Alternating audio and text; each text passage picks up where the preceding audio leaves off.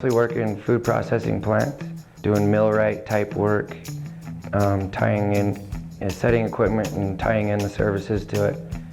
And the mechanical services, we do custom design of conveyors and augers and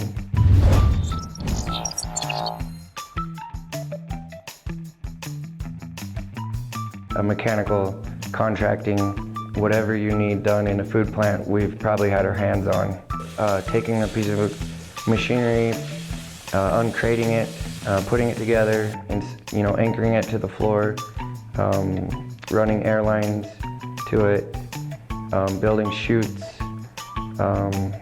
ducting, installing ducting, fabricating the ducting, installing it. And each job is different. They're not all the same, so we're constantly ready for something new.